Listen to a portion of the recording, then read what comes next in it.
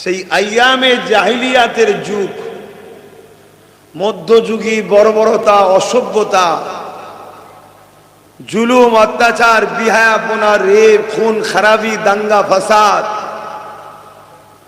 যে কোনো হযরত ঈসা আলাইহিস সালাম চলে যাবার 570 বছর কেটে আসলো।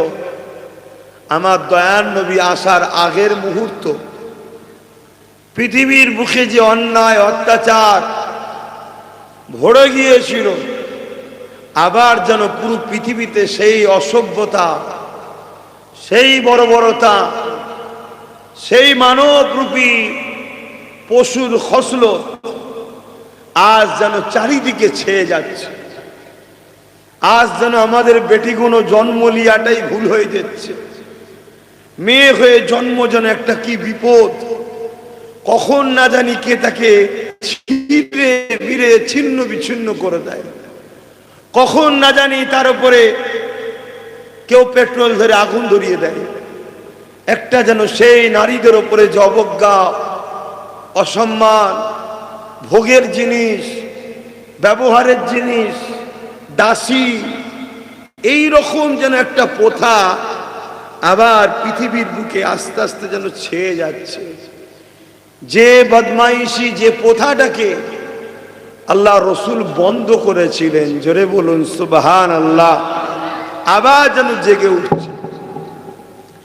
আবার যেন এতিম কোনো সাহারা পাচ্ছে না, আবার যেন বিধবা কোনো সাহারা পাচ্ছে না, আবার যেন গরিব বাঁচার অধিকার নাই। এই রকম একটা সমাজ যেন আবার পৃথিবীর বুকে ছেয়ে আসছে। পাশাপাশি আবার যেন নতুন করে ফেরাউন এসেছে, নতুন করে যেন নমরুদ এসেছে, নতুন করে যেন আবু জেহেল, উতবা, সাইবা, আবু লাহাব, এজিদরা সব যেন মাথা ছাড়া দিয়েছে। আমরা নিশ্চয়ই জানি এই মাস হলো ইসলামিক বছরের প্রথম মাস, এমন করে মুহররমের মাস, যে মাসের 10 তারিখ আশুরা। ইসলামের প্রচুর ইতিহাস আছে। এই দিনে দুনিয়া শুরু হয়েছে, এই দিনেই পৃথিবী ধ্বংস হবে, এই দিনেতেই হযরতে মুসা আলাইহিস সালামকে আল্লাহ নমরুদে ফেরাউনের হাত থেকে মুক্তি দিয়েছেন।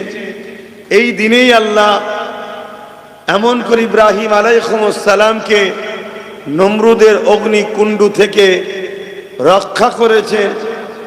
নানা রকম ইতিহাস, ইউনূস আলাইহিস সালাম থেকে শুরু করে প্রচুর নবীদের ইতিহাস এই মুহররমের 10 তারিখ। এবং এই মুহররমের 10 তারিখই জুম্মা। কোনো এক বছর কিয়ামত হবে, দুনিয়া ধ্বংস হবে। সব ইতিহাস দেখার পরও এই মুহররমের দিনটা বা মুহররম মাসটা পড়লেই আমাদের কাছে যেন সেই কারবালাটা ভেসে ওঠে। জানি সারা বছরই মনে পড়ে, কিন্তু এই মাসটা এলে আরো যেন বেশি আমাদের দিলটা ব্যথা হয়, কষ্ট হয়, স্মৃতিটা মনে পড়ে সেই বর্বর অত্যাচারী মানবরূপী জাহান্নামের কুকুর এজিদের কথা, যে কিনা আমাদের ইমাম পাককে কারবালার মাঠে তার বাহিনী দিয়ে যে নওয়াসাকে নূর নবী, দয়ার নবী চুমা দিয়েছে পুরো শরীরে, চোখের পানি দিয়ে গোসল করিয়ে দিয়েছে, সেই ইমাম পাককে পদের লোভে, ক্ষমতার লোভে, তাকতের লোভে, দুনিয়াবি অত্যাচারের সাম্রাজ্য দখলের লোভে শহীদ করে দিয়েছে। সেই কথা আমাদের কিন্তু ভেসে বেশি করে জেগে ওঠে। মনে রাখবেন, কারবালার ময়দান শেষ হয়ে যায়নি। শুরুটা আমার ইমাম পাক থেকে হয়েছে, শেষ হবে ইমাম মেহদী আলাইহিস সালামের নেতৃত্বে। জোরে বলুন সুবহানাল্লাহ। প্রতিটা যুগে যুগেই কারবালা হয়, প্রতিটা যুগে যুগেই এজিদিও আছে, হোসাইনিও আছে। এবারে আমি আপনি নিজের মধ্যে প্রশ্ন করুন, আমি হোসাইনি না আমি এজিদি? মুখে শুধু বললে হয় না, বাস্তব নিজেকে প্রশ্ন করে দেখতে হয়। ইমাম হোসাইন পাক কে ছিলেন? তেনার আখলাক, তেনার চরিত্র, তেনার লাইফ স্টাইল, তিনি কেমন ছিলেন, আর এজিদ কে ছিল, এই দুটোকে টালি করতে হবে। ইমামে হোসাইন পাক তিনি গরিব দরদি ছিলেন, মানব দরদি ছিলেন, এতিম দরদি ছিলেন, ইনসাফ পরায়ণ ছিলেন, ন্যায় পরায়ণ ছিলেন, সত্যবাদী ছিলেন, নামাজি, রোজাদার, মুত্তাকি, পরেজগার, হাজি ছিলেন। তিনি অসহায় দিগকে আশ্রয় দিতেন। যদি আমার আপনার মধ্যে এই খসলত থাকে, তার মানে আমরা হোসাইনি। জোরে বলুন সুবহানাল্লাহ। আর এজিদ কে ছিল? এজিদ ছিল একটা অত্যাচারী, জালিম, চরিত্রহীন, বদমাইশ, গুন্ডা, মানুষের খুন পিপাসিত, অন্যায়কারী, জুলুম, নারীদেহ শোষণকারী, সারাবি, এরকম একটা বদমাইশ শাসক ছিল।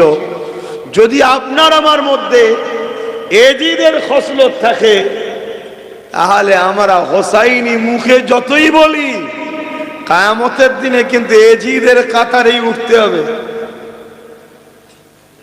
ফাইসাল্লাহ তোর আব্বাস সিদ্দিকীকে দেখি হবে না, আর আমি তো কারো ফাইসাল্লাহ করবো না।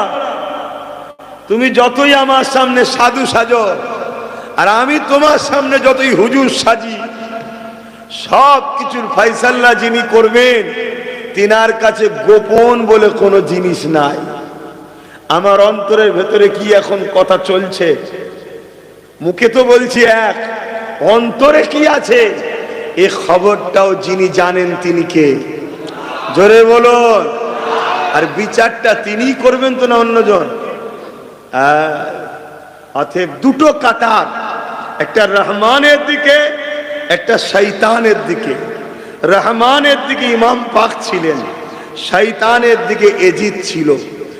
আজও যদি আমরা হোসাইন হুজুরের আখলাক, চরিত্র, আদর্শ পথে যদি চলি, তাহলে আমরা হোসাইনি। আর যদি আমরা এজিদের আখলাক, চরিত্র, আদর্শ নিয়ে চলি, তাহলে আমরা এজিদি, অর্থাৎ শয়তানের দিকে। ইমাম পাক তিনার মাকাম কত, সম্মান কত। আল্লাহ নবী, নূর নবী, দয়ার নবী যখন বাজারে যেতেন, নবী পাকের এক কাঁধে ইমামে হোসাইন পাক, অপর কাঁধে ইমামে হাসান পাক। তিনারা দুজন নানাজানের পিঠে, দোনো জাহানের নবীদের নবীর কাঁধে উঠে সওয়ারি হয়ে ঘুরে বেড়াচ্ছে। হযরত ওমর ফারুক রাদিয়াল্লাহু তাআলা দেখতে পেলেন, দেখতে পেয়ে তারিফ করছে যে সওয়ারিটা কত দামি, সওয়ারিটা কত দামি, অর্থাৎ রাসূলুল্লাহর প্রশংসা করছে। আল্লাহ নবী দেরি করলেন না, নবী আমার বললেন, রে ওমর, সওয়ারিটার প্রশংসা করছো, সওয়ারিটাকে দেখতে পেলে সওয়ার গুলোকে কি দেখতে পাও না? ও হযরত ওমর, আমি রাসূলুল্লাহ বলি, সওয়ারিকে আল্লাহ যেমন দামি করেছে, তাদের পিঠে যে দুজন সওয়ার হয়েছে তাদের কাঁধে আমি রাসূলুল্লাহ জানিয়ে দিই, আল্লাহ পাক তাদেরকেও দামি বানিয়েছে। তিনারা তখন কত ছোট ছোট, আরে নানার কাঁধে ঘুরছে মানে কত ছোট, বুঝছেন তো? হুজুর নিয়ে ঘুরে বেড়াতেন। আমরা নিজেদের বাচ্চাদের ঘরের ভেতরে যতই আদর করি, বাইরে কেউ কাঁধে করলে ঘোরেন নাকি পিঠে করে নিয়ে? একটু ভিআইপি হয়ে গেলে তো আরো বিরাট ব্যাপার, আমার টেস্টাস আছে কি। আর দোনো জাহানের বাদশাহ তিনি বাজারে যাচ্ছে, নবাবী শরীফে আসছে, অন্যান্য রাষ্ট্রের প্রধানরা দেখা করতে আসছে, নাতি দুটোকে ঠিক কাঁধে ঘুরছে। কত ভালোবাসতো বলেন তো। হ্যাঁ,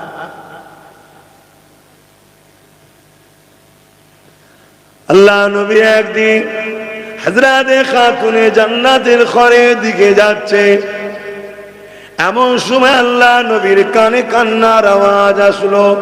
মাইকটা কিন্তু ঠিক সেটিং হয়নি, খুব কষ্ট হচ্ছে। আরে প্রেসার দিতে হচ্ছে কেন আমাকে? এমনি ঠান্ডা আবহাওয়া, বুঝতে পারছেন তো, শরীর সবসময় জড়ো হয়ে আছে। মানে ঠান্ডা নয়, মানে সাথে আবহাওয়া, মানুষের শরীরের সঙ্গে আবহাওয়ার একটা কানেকশন আছে, আল্লাহরই হুকুম। এটা আওয়াজটা ঠিক করো। আল্লাহ নবী খাতুনে জান্নাতের ঘরের দিকে যাচ্ছে, কান্নার আওয়াজ আসছে। আল্লাহ নবী জিজ্ঞেস করছে, হে ফাতেমা জাহরা, কে কাঁদে মা? হযরতে খাতুনে জান্নাত বলেন, আব্বা জান, হযরত ইমাম হুসাইন কাঁদতে লেগেছে। আল্লাহ নবী বলেছেন, ফাতেমা রে, তুমি তো জানো এই বাচ্চা দুটোকে আমি রাসূলুল্লাহ কত ভালোবাসি, এদের কান্না আমি সহ্য করতে পারি না। এ ফাতেমা, কেন এদেরকে কাঁদাও? আব্বা জান, বাচ্চাকে খিদা লেগেছে, ঘরে কিছু নাই, খিদার জন্য কাঁদতে লেগেছে। আল্লাহ নবী ঘরের ভেতরে গেলেন, ইমামে হোসেন পাককে কোলে তুললেন, নিজের জিহ্বা মুবারককে বার করে ইমামে হোসেনের গালে দিয়ে দিলেন। নানা জিহ্বা মুবারক চুষতে লেগেছে।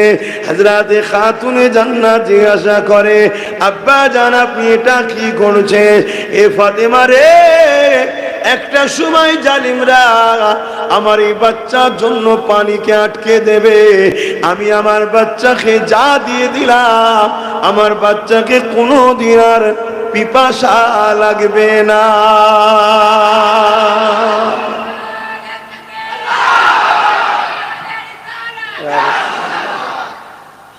একদিকে এই বাচ্চাটা, ইনারা রয়েছে যিনারা দুনিয়া থেকেই জান্নাতের সার্টিফিকেট পেয়েছে।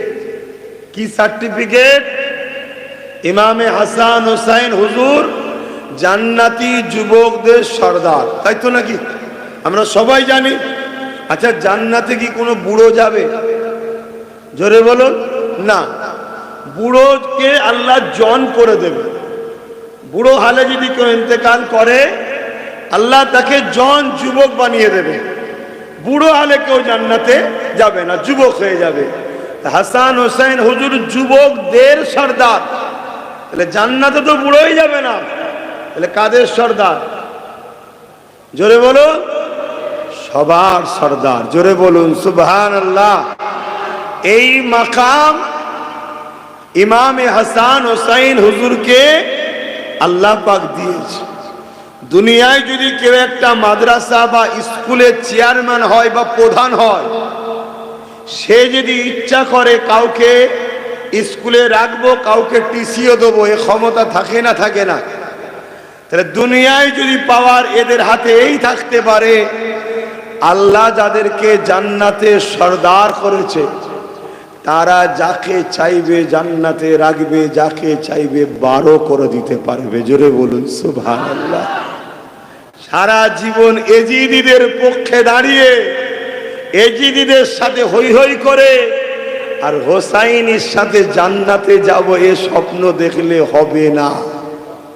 তোমার আখলাক, তোমার চরিত্র, তোমার আদর্শ, তোমার লাইফ স্টাইল, তোমার জীবন ব্যবস্থা ইমাম হোসাইন পাকের আদর্শ দিকে চলতে হবে।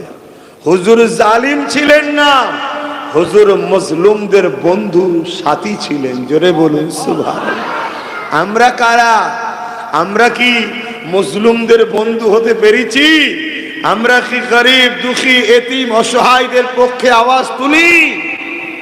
আমার ইমাম পাক তুলতেন। হযরতে খাতুনে জান্নাত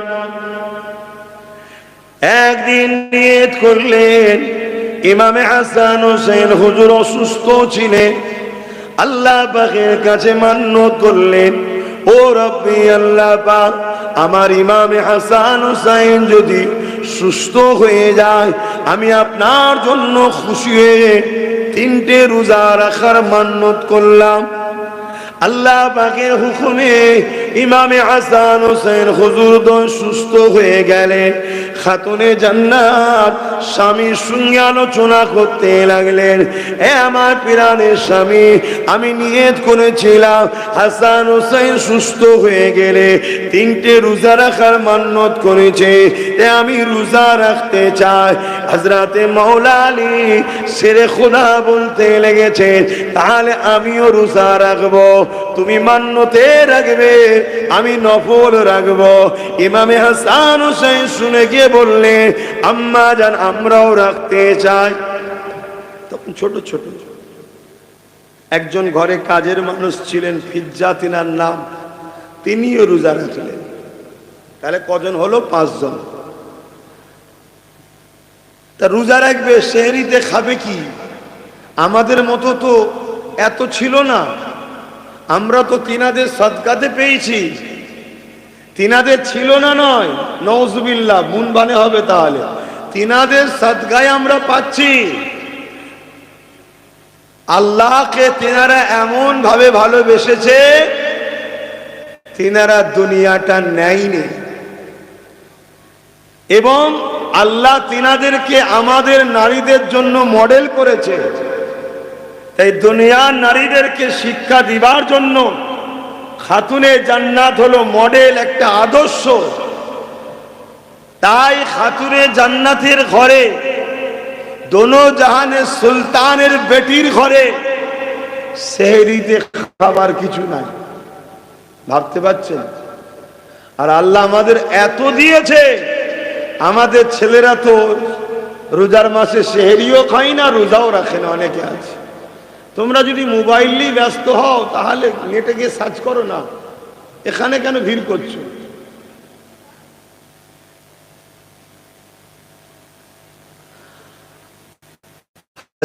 খাতুনে জান্নাত মাওলা আলী শেরে খোদা, ইমামে হাসান হোসেন আর ওই ফিজ্জা 5 জনই পানি দিয়ে সেহরি করলেন।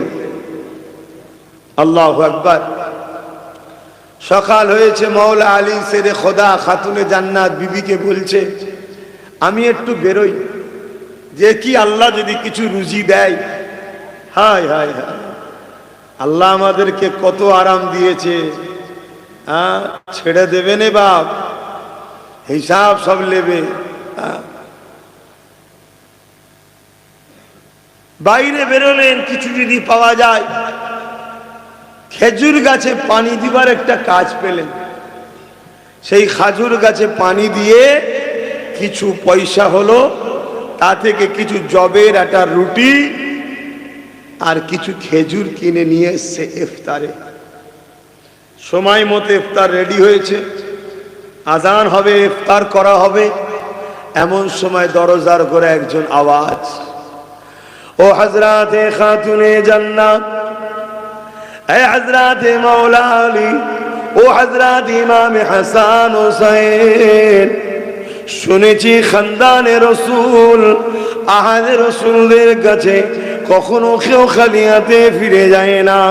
আমি কয়েকদিন খাইনি, বড় ক্ষুধার্ত রয়েছে, আমাকে যদি কিছু সাহায্য করা হয়।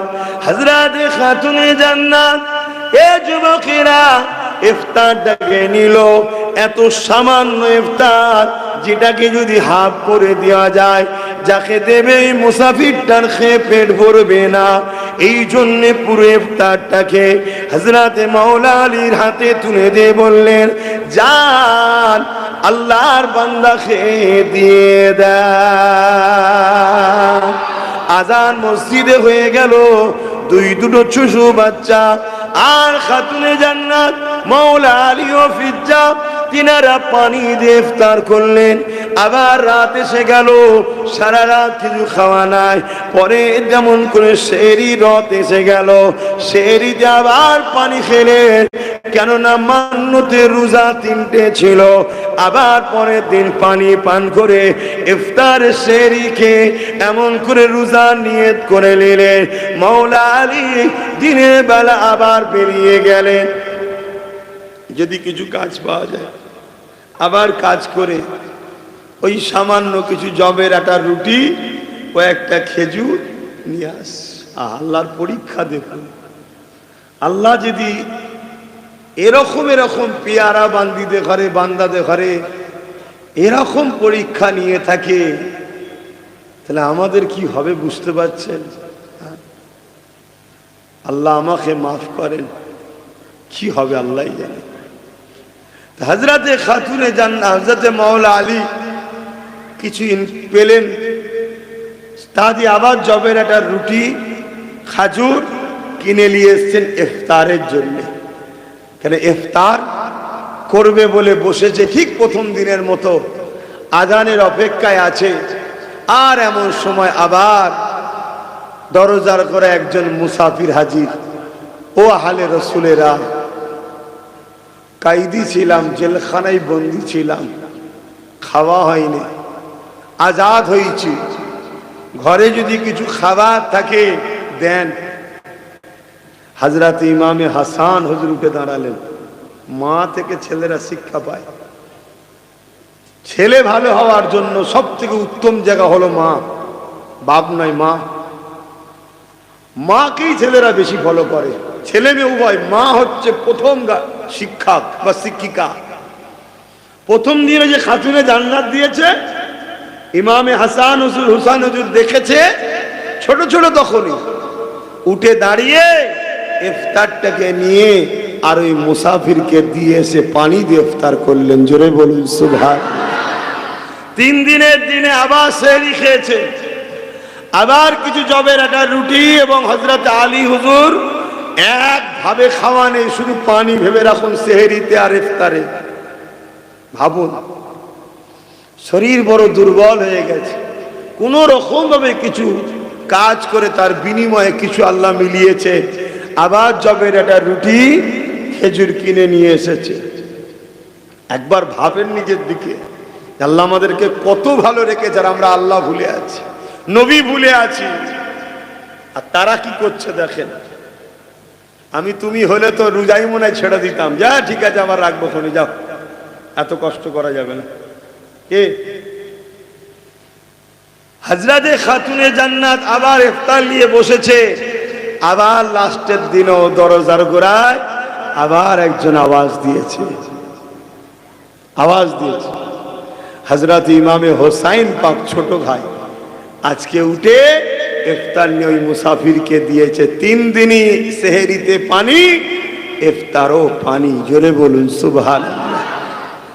এরপরে নামাজের মুসাল্লায় দাঁড়িয়ে হযরতে খাতুনে জান্নাত দুটো হাত তুলে বলতে লেগেছে, ও রব্বি আল্লাহ, ফাতেমাকে জিহাদে রেখেছেন। ফাতেমা আপনার উপরে বড় খুশি, আপনার উপরে বড় রাজি। আল্লাহ, আপনি যদি ফাতেমাকে না খাসিয়ে খুশি হন, ফাতেমা আপনার এত বড় দাসী, আপনাকে এতই প্যার করে, আপনার খুশির জন্যে ফাতেমা কেন না খেয়ে থাকতে পারবে না? আল্লাহ, আমি ফাতেমা আপনার উপরে রাজি, খুশি হয়ে আছি। আর আমাদের একটু কিছু হলে আমরা মুখ দিয়ে এমন এমন কথা বলে ফেলি, না জানি সেই কথাতে আল্লাহ নারাজ হয়ে যায়, আমাদের ইমানে হয়তো ক্ষতি হয়ে যায়। কি অনেকে বলে ফেলে যে আল্লাহ দেখতে পায় না, সব জ্বালাটা গরিবের ওপরেই। হ্যাঁ, এত সব বাড়ি রয়েছে, আমাকেই শুধু জ্বালাচ্ছে। নাউজুবিল্লাহ বলেন। আল্লাহ যাকে যত ভালোবাসে দুনিয়ায়, তাকে আল্লাহ তত কঠিন কঠিন পরীক্ষার সম্মুখীন করে। আল্লাহ পরীক্ষা নেয়।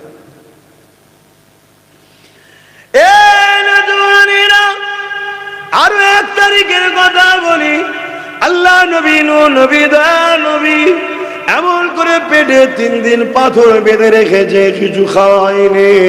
আল্লাহ নবী নবী দয়া নবী, ভেবে দেখুন পুরো পৃথিবীকে আল্লাহ খাওয়াইছে নবীর ওসিলায়।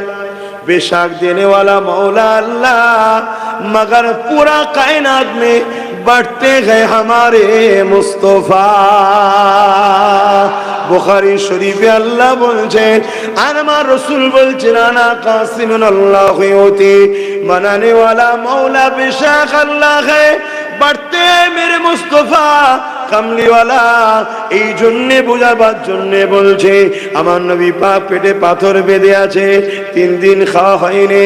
একজন গরীব এসে আল্লাহ নবীকে বলতে লাগলেন ইয়া রাসূলুল্লাহ হাবিবাল্লাহ, আমার 2 দিন খাওয়া হয়নি।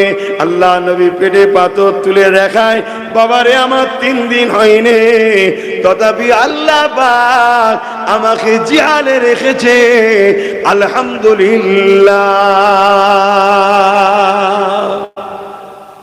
আচ্ছা নবীর খাওয়া হয়নি, আল্লাহ কি খেতে দেয়নি নবীকে? এটা মাথায় ঢুকছে না তো। এটা আমাদের জন্য হুজুর মডেল। হুজুর ত্যাগ স্বীকার করছে যাতে করে উম্মত যদি একবেলা খাওয়া না হয়, উম্মত যেন হারাম খাবার না খেয়ে ফেলে, যে আমার নবী 3 দিন খায়নি, আমার না একবার হয়নি, আমি হারাম খাবার। এই যে হুজুরের ওপরে মহব্বত যাদের আছে দেখবেন এই কথা হলে তারা এইরকমই ভাবে, যারা হুজুরকে ভালোবাসে। এজন্যে আল্লাহ হুজুরের দ্বারা আমাদের জন্য শিক্ষা, একটা মডেল তিনি। আরে তিনার খাওয়া হবে না হতে পারে? হ্যাঁ, তিনি তো আল্লাহর কাছে দোয়া চাইতেন যে আল্লাহ আমাকে একবেলা খাওয়াবেন আর একবেলা শুকিয়ে রাখবেন। সাহাবারা জিজ্ঞেস করলেন হুজুরের দোয়া চাইছেন কেন? বলছে আমি সবরকারীও হতে চাই, শুকরকারীও হতে চাই। জোরে বলুন সুবহানাল্লাহ।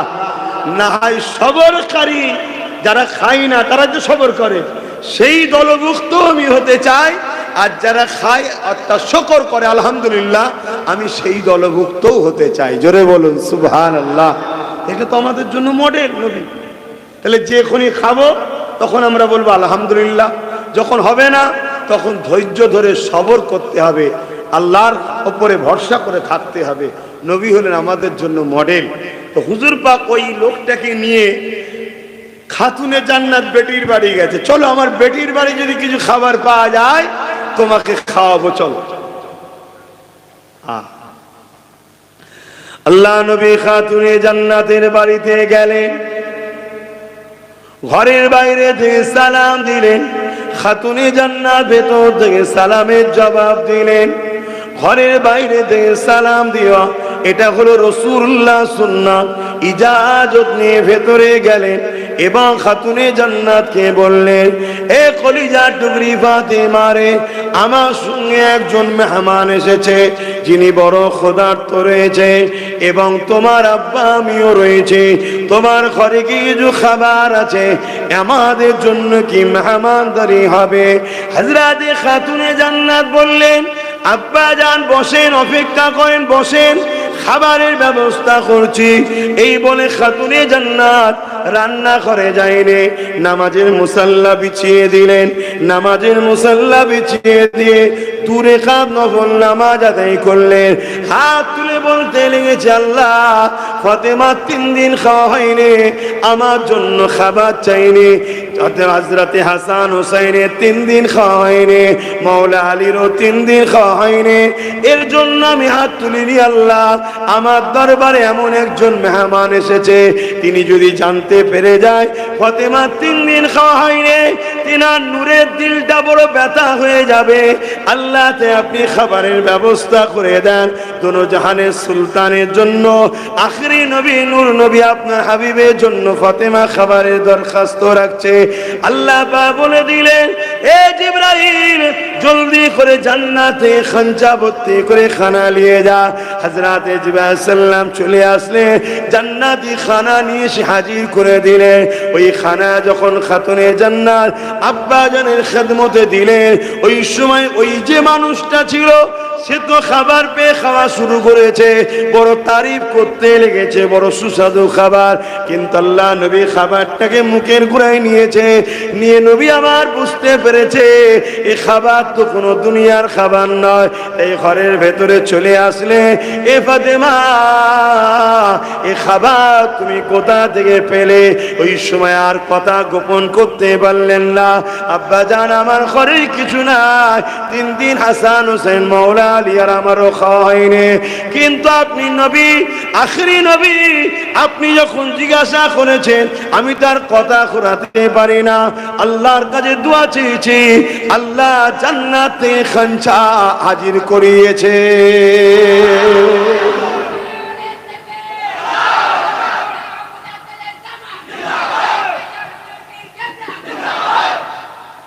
তাহলে তারা চাইলে আল্লাহ দেবে না? দেবে না।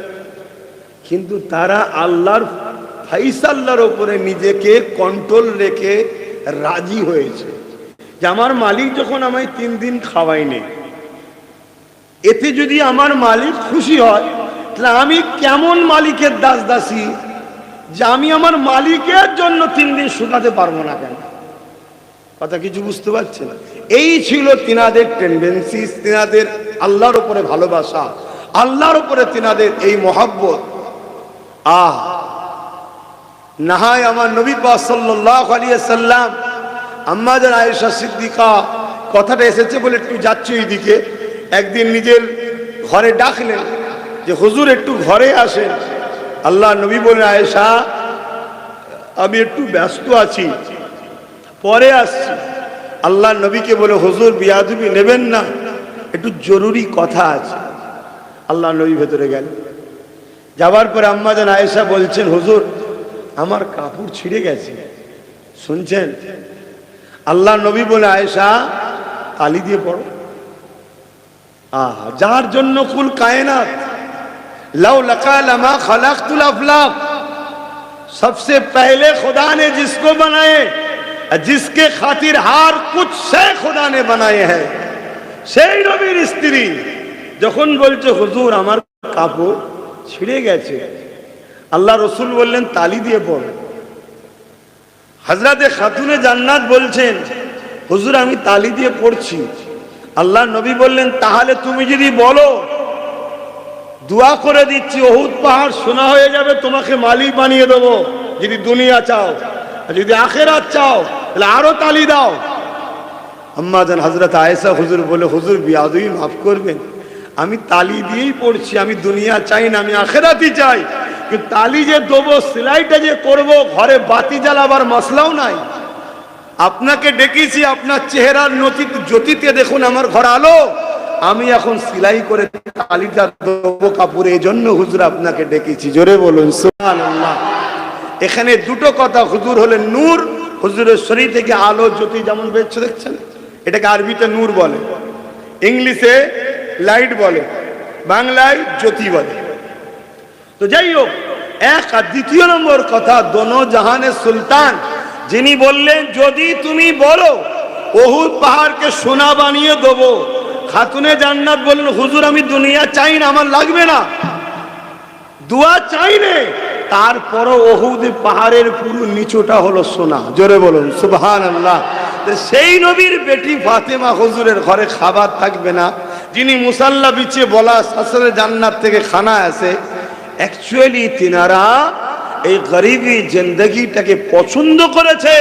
কেন ধনীদের থেকে গরিবরা 500 বছর আগে জান্নাতে যাবে। জোরে বলুন সুবহানাল্লাহ। তবে গরিব হওয়াটা বলা যত সহজ, গরিবী জিন্দগি কিন্তু অত সহজ নয়। বিশেষ করে আজকের দিনে তো আরো ভয়ানক, আজকের দিনে তো আরো ভয়ানক। এ সমাজে কুকুরের দাম আছে তো গরিবের দাম নেই। জানি না আমার কথা খারাপ লাগলো কি, কিন্তু বাস্তব বাস্তব। হ্যাঁ, গরিবের দাম আছে। কার কাছে? যারা আল্লাহ ও রসুলের পিয়ারা, তাদের কাছে দাম আছে।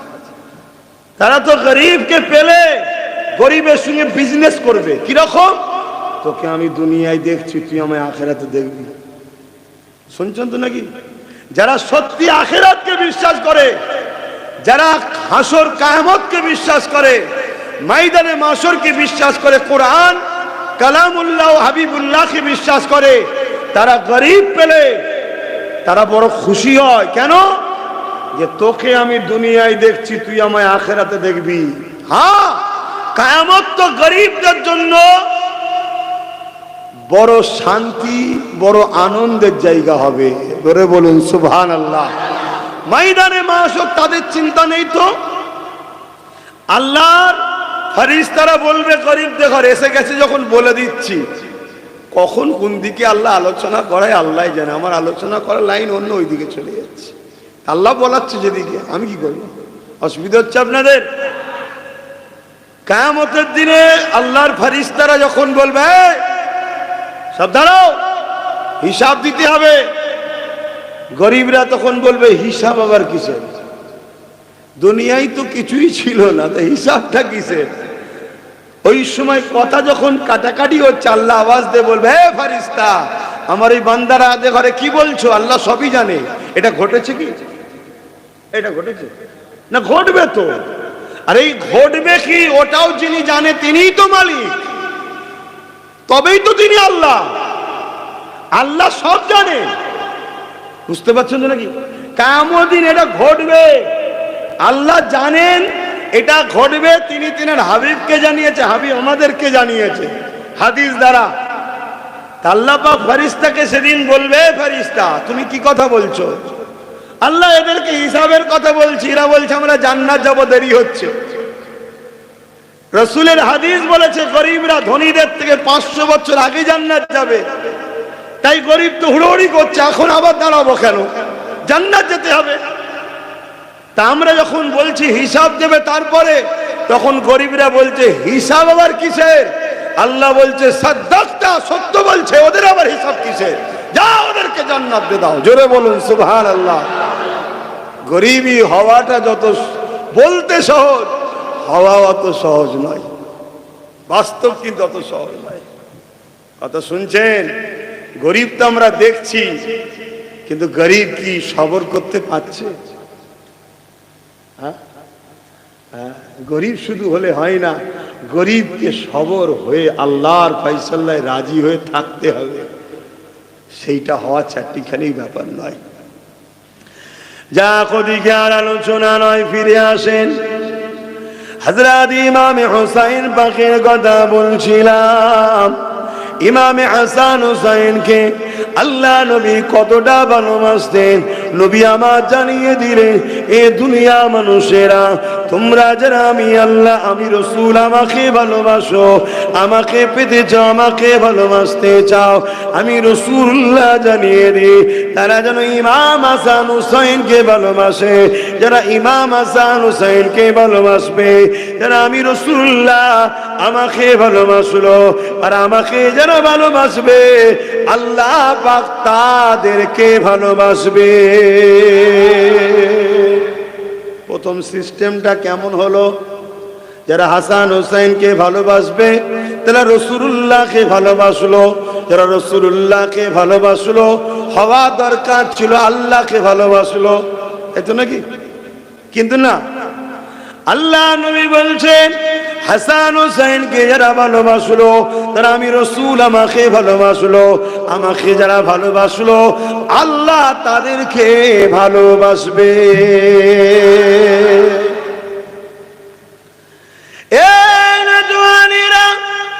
আল্লাহ পাক কোরআনে আমার রাসূলকে নিয়ে এরকম একটা আয়াত দিয়েছে, কুল ইন কুনতুম তুহিব্বুনাল্লাহ, বড় কাফলাম কুল, তার মানে বলুন হাবিব আপনি বলুন, ইন কুনতুম তুহিব্বুনাল্লাহ, যারা বলে আল্লাহকে ভালোবাসে এরা যদি সত্যবাদী হয়, ফাত্তাবিউনি, আগে যেন আপনার ইত্তেবা করে, আপনার অনুসরণ করে, অর্থাৎ আপনাকে ইত্তেবা অনুসরণ করে ভালোবেসে যেন মেনে নেয়।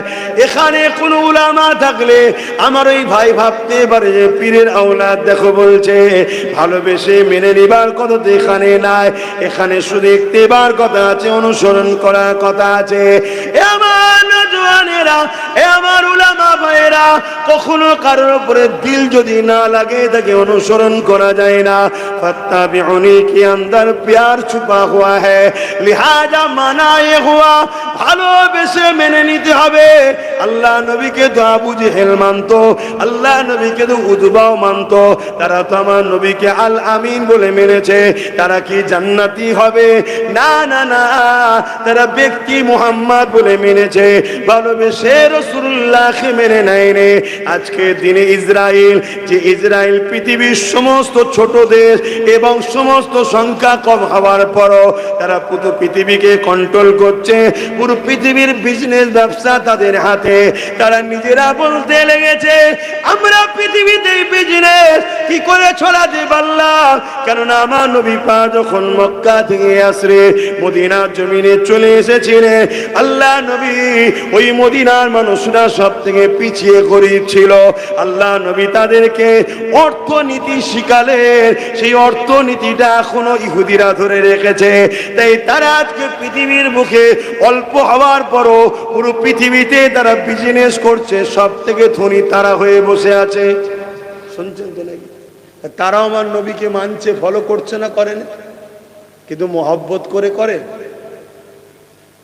তাহলে শুধু মানার নাম ঈমান নয়, রসুল জেনে আদব ও মহব্বতের সাথে মেনে নেবার নাম ঈমান। তা ফাত্তাবিউনির আন্দার এর মধ্যেই ভালোবাসা বলুন লুকানো রয়েছে। আল্লাহ বা বললেন ইউহিব্বুকুমুল্লাহ, যারা আমার হাবিবকে ইত্তেবা করে অনুসরণ করে মেনে নেবে, ইউহিব্বুকুমুল্লাহ, আমি আল্লাহ তাদের ভালোবাসবো। তাহলে কি বললো? আমি আল্লাহকে যারা ভালোবাসে, এটা যদি সত্যবাদী হয়, এদের কাজ হবে প্রথমে রসুলকে ইত্তেবা করে ভালোবেসে মেনে নেয়, তাহলে আমি আল্লাহ তাদেরকে ভালোবাসবো। ব্যাপারটা হচ্ছে হাদিস পাকের মধ্যে আছে, ভালোবাসা শুরুটা আল্লাহর পক্ষ থেকে হয়। বান্দার ক্ষমতা নাই যে আল্লাহকে ভালোবাসতে পারে। আল্লাহ বান্দাকে প্রেম করে, বান্দাকে তখন ভালোবাসার তৌফিক দেয় আল্লাহ, তখন বান্দা আল্লাহ তাআলাকে ভালোবাসতে পারেন। কথা মাথায় ঢুকছে? এই জন্য রসুল বললেন হাসান হোসাইনকে যারা ভালোবাসে তারা আমি নবী আমাকে ভালোবাসলো, আর আমাকে যারা ভালোবাসবে আল্লাহ তাদেরকে ভালোবাসবে। অপরদিকে হাসান হোসাইনের উপরে কেউ যদি দুশ্মনী রাখে, তারা আমি রসুল আমার উপরে দুশ্মনী রাখলো, আর যারা আমার উপরে দুশ্মনী রাখে আল্লাহ তাদের উপরে দুশ্মনী রাখে। কথা শুনছেন? সেই হাসান হোসাইন হুজুর দুজনাই শহীদ হয়েছে, দুজনাই শহীদ হয়েছে। শহীদ দুই ধরনের হয়, একটা শহীদে রূহ আর একটা শহীদে জিসম। একটা জিসমানি শহীদ, একটা রুহানি শহীদ। ইমামে হোসাইন হুজুরের জিসমানি শহীদ হয়েছে, ইমামে হাসান হুজুরের রুহানি শহীদ হয়েছে। কথা বুঝে আসছে? আধ্যাত্মিক অভ্যন্তরীণ আর বাহ্যিক দুটো সাইড থাকে প্রতিটা জিনিসের।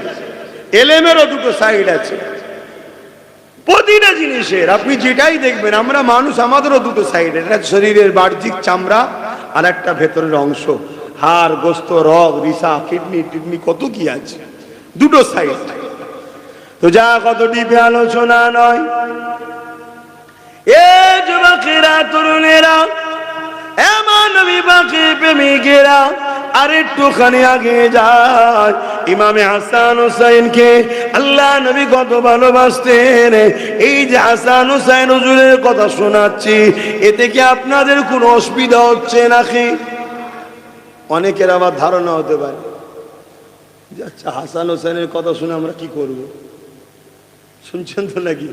আপনি নামাজের কথা বলবেন, রোজার কথা বলবেন, হাই রে দুঃখ মুসলমান, তোরা নামাজ চিনলি, আর নামাজের নামাজ যাকে আল্লাহ করেছে সে হাসান হোসাইনকে চিনলি না।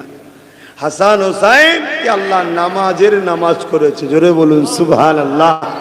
এই যে ঈশার নামাজ হলো, ইমাম হোক আর মুসল্লি হোক, সবাই ওই নামাজে আল্লাহুম্মা সাল্লি আলা মুহাম্মাদ ওয়া আলা আলি মুহাম্মাদ বলতে হয়েছে। কি হয়েছে না হয়নি? হ্যাঁ, তা নামাজ কবুল করাতে গেলেও আলে রসুলদের উপরে সালাম দরুদ পড়তে হচ্ছে। জোরে বলুন সুবহানাল্লাহ। নামাজের নামাজ করেছে আল্লাহ। আমরা সেই হাসান হোসেনের কথা শুনতে কষ্ট হয়। আবার অনেকে তো হুজুরদের কথা শুনে কাঁদে, অনেকে আবার বলে কাঁদার কি আছে। আরে কাঁদাটা তো হলো নবীর সুন্নাত, জোরে বলুন সুবহানাল্লাহ। হাসান হোসেনের জন্য তো নবী কেঁদেছে, কেঁদেছে না কাঁদে না? একদিন নবী আমার ইমামে হাসান হোসেনকে নিয়ে মদিনা নববী শরীফের মধ্যে যেখানে সাহাবে সুফারা থাকতেন, ওই মেম্বারে থেকে বেরিয়ে বারান্দায় বসে এমন করে হাসান হোসেনকে কোলে নিয়ে আল্লাহ নবী কাঁদে, আর চোখের পানি হাসান হোসেনের গায়ে পড়ে। এ যুবকেরা, তরুণেরা, বাপেরা, সাহাবা হুজুররা জিজ্ঞাসা করলে, ইয়া রাসূলুল্লাহ, হাবিবাল্লাহ, আপনি বাচ্চা দুটোকে বড়ই মহব্বত করেন, আমরাও জানি, কিন্তু আজ এত কাঁদছেন কেন? আল্লাহ নবী জানিয়ে দিলে, এ বাবা সাহাবারা, আমার এই দুই বাচ্চাকে বড় নির্মম ভাবে শহীদ করা হবে।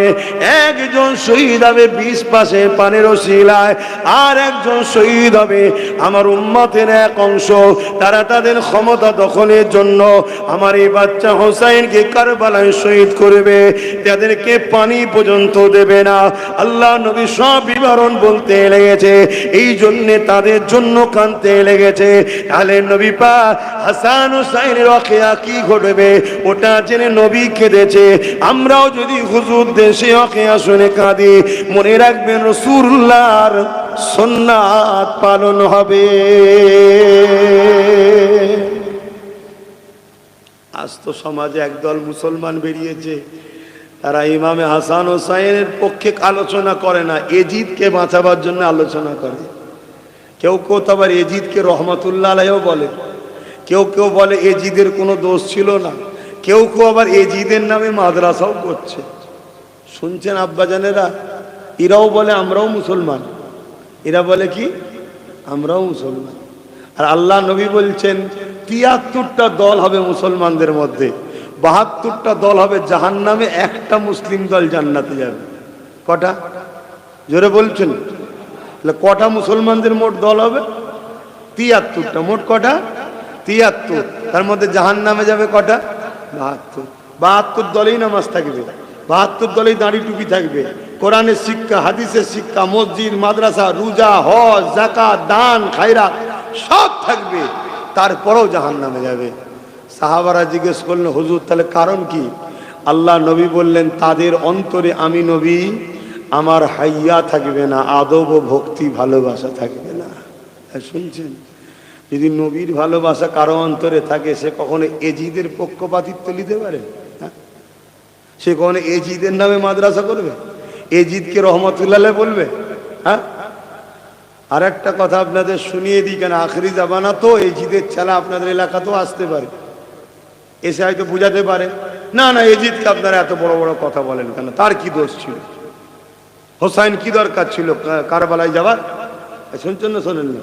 আপনাদেরকে গুমরা করতে পারে। এক জাররা পরিমাণ নামাজ কাজা হলে কাবিরা গুনাহ হয়, আর ইমাম হোসাইনের সাথে বিয়াদবি হলে বেঈমান কাফের হয়। ইমাম হোসাইন ইমানের সাথে সম্পর্ক, নামাজ ইমানের সাথে নয়। নামাজ ইমানের পাত্রের মধ্যে নেকি, শুনছেন তো? আর ইমানের পাত্রটার সঙ্গে ইমাম হোসাইনের সম্পর্ক আছে, খুব সাবধান হয়, ইমান ঠিক করেন। আজ আমরা মার খাচ্ছি, মসজিদ কম নেই রে বাপ, নামাজি কম নেই। আগে মনে হয় এই এলাকায় হয়তো ২-৫টা মসজিদ পাওয়া যেত, কি সন্দেহ আছে? আজ থেকে ১০০ বছর পিছিয়ে যান, ২-৫টা মসজিদ পাওয়া যাবে কি সন্দেহ ছিল? আর এখন এই ১০০ বছরের মধ্যে এই এলাকায় মনে হয় ১-১৫০ মসজিদ বেরিয়ে পড়বে।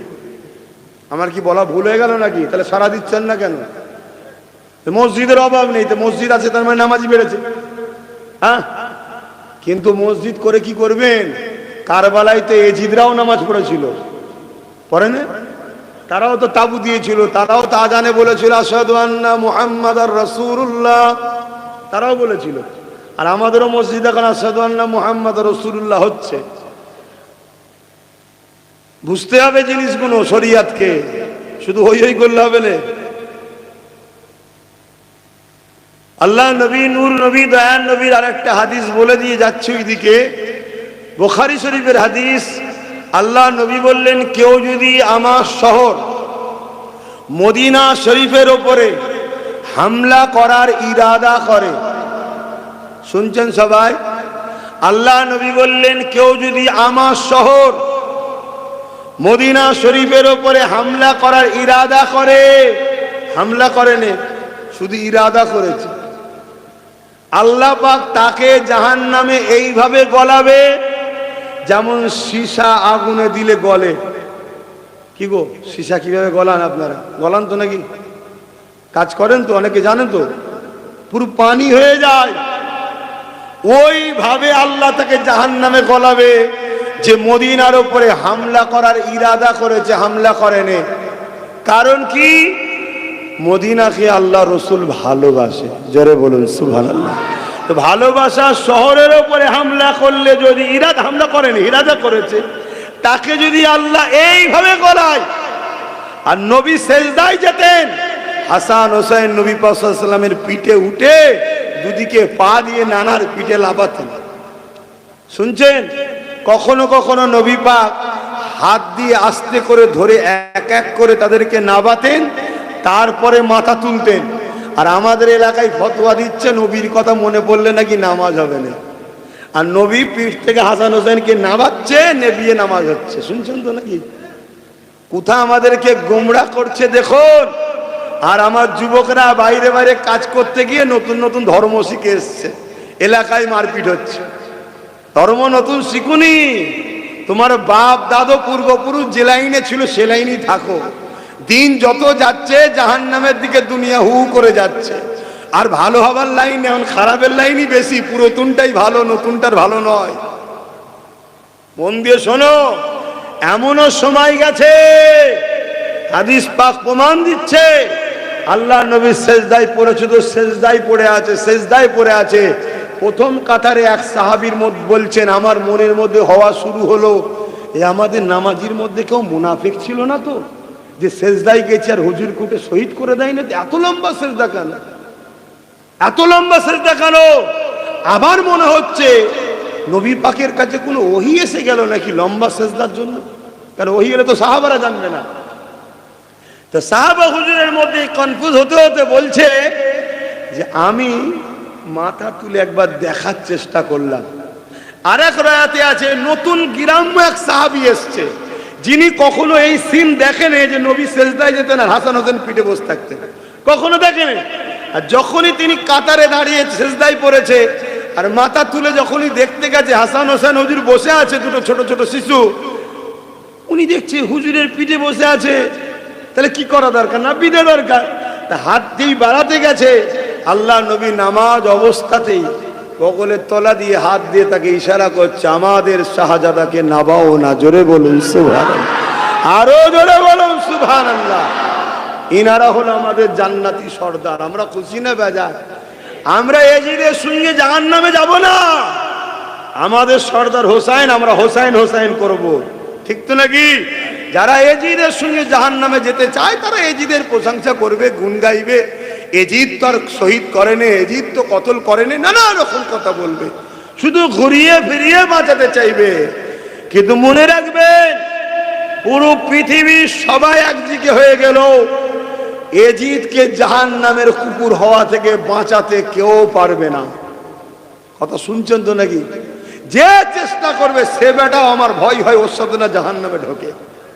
কেন মান কি বলে আল্লাহ রসুল বললেন,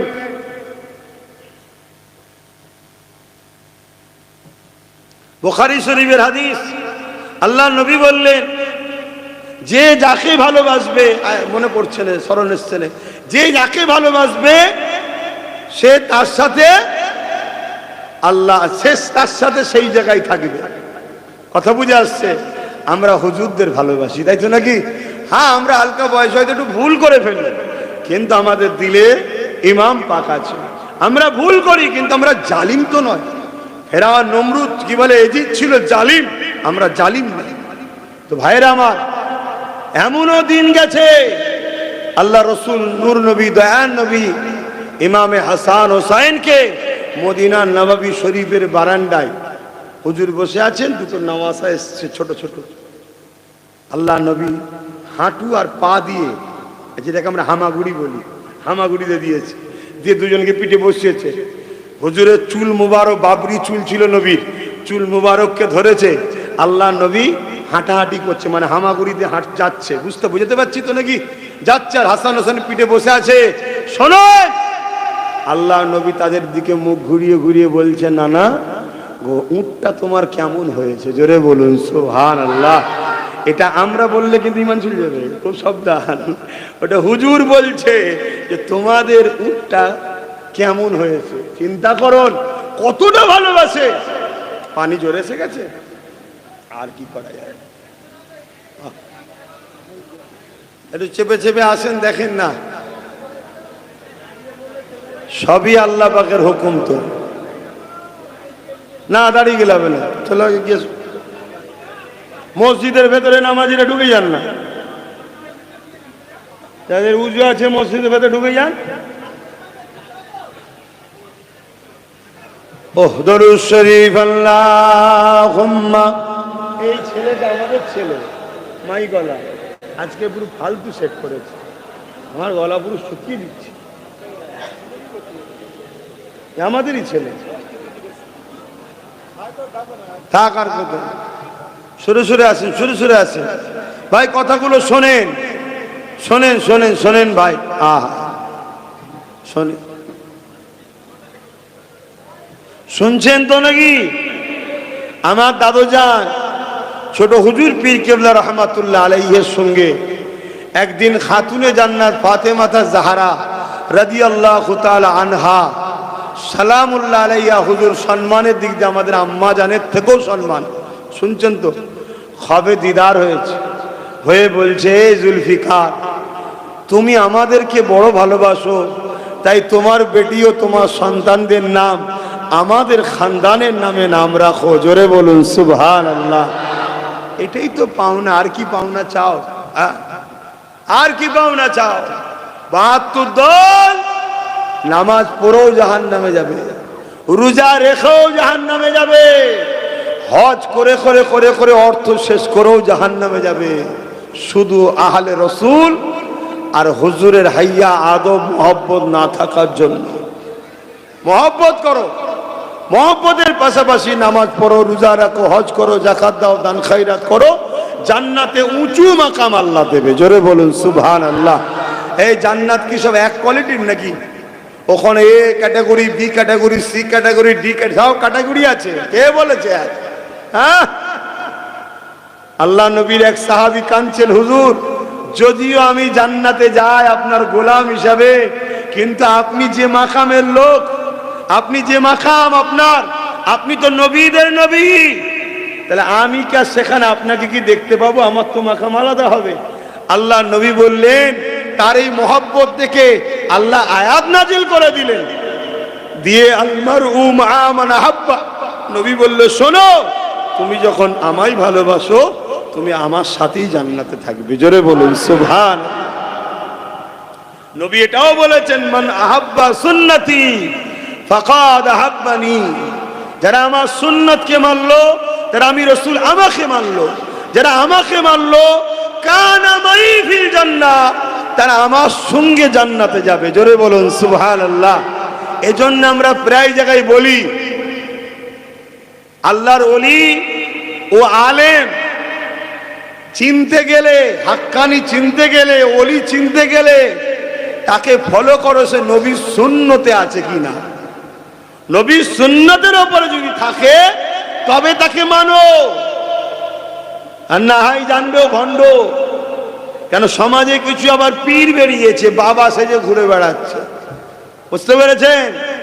নামাজ নেই, রোজা নেই, হজ নেই, গোপ তো এত বড় বড় হয়ে গেছে বলার মতো নয়। কথা বুঝা, স্যার কি বলবো বলেন না, সব বললে সমস্যা, শেষকালে কোথাও ঝগড়া লেগে যাবে।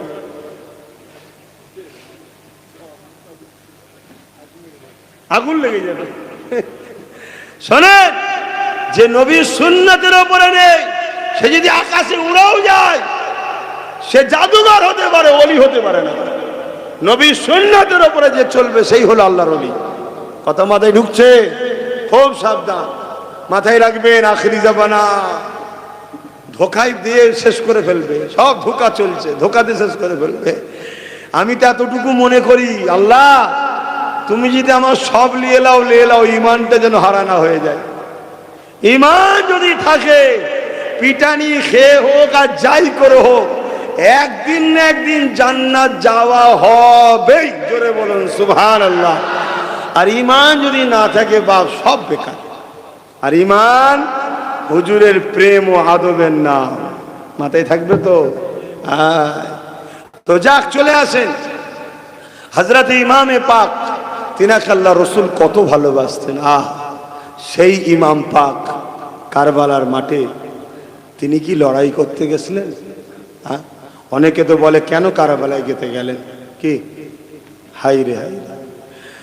অনেক বড় আখিয়া সংক্ষেপে বলি, হযরত মাবিয়া রাদিয়াল্লাহু তাআলা যখন ইন্তেকাল হয়ে গেলেন, জোর করে নবী পাকের দেখানো পন্থাকে ব্রেক করে দিয়ে, ভাঙচুর করে দিয়ে অন্য পন্থায় জোর করে এজিদ খলিফা ঘোষণা করে দিয়েছিলেন। এ যুবকেরা, এখানে আর একটা কথা বলি, কেউ কেউ রয়েছে হযরতে মাবিয়া হুজুরের বিরুদ্ধে কথা বলে, আর আমরা কিন্তু মাবিয়া হুজুরের বিরুদ্ধে নয়। কেউ কেউ আবার এজিদের পক্ষে কথা বলে, আমরা আবার এজিদের পক্ষে নয়।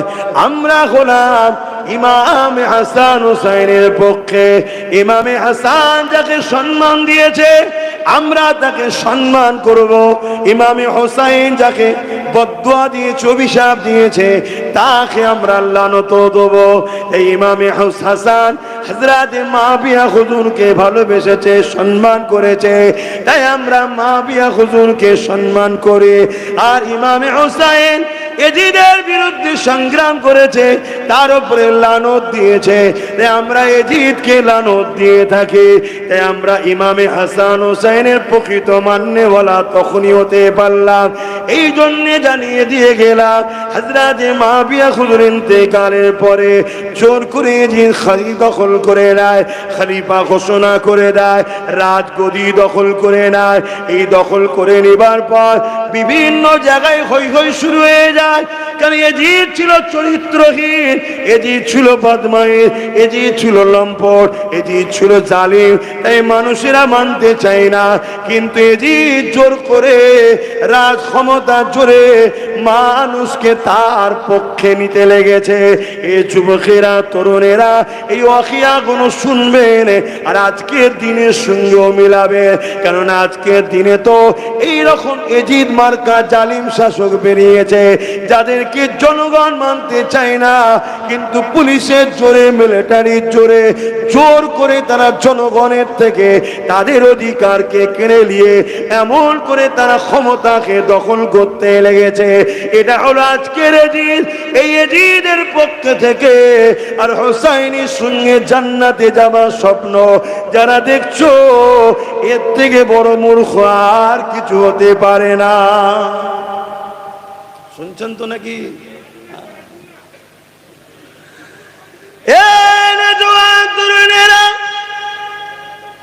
আল্লাহ নবী নওয়াজা হযরত ইমামে হোসাইন হুজুরের কাছে কয়েকজন সাহাবারা জিজ্ঞাসা করলেন, ভাই হোসাইন, এজিদ তো জোর করে খলিফা হয়ে গেছে, সে মানুষের উপরে জুলুম করে জোর করে করে বায়াত নিতে লেগেছে।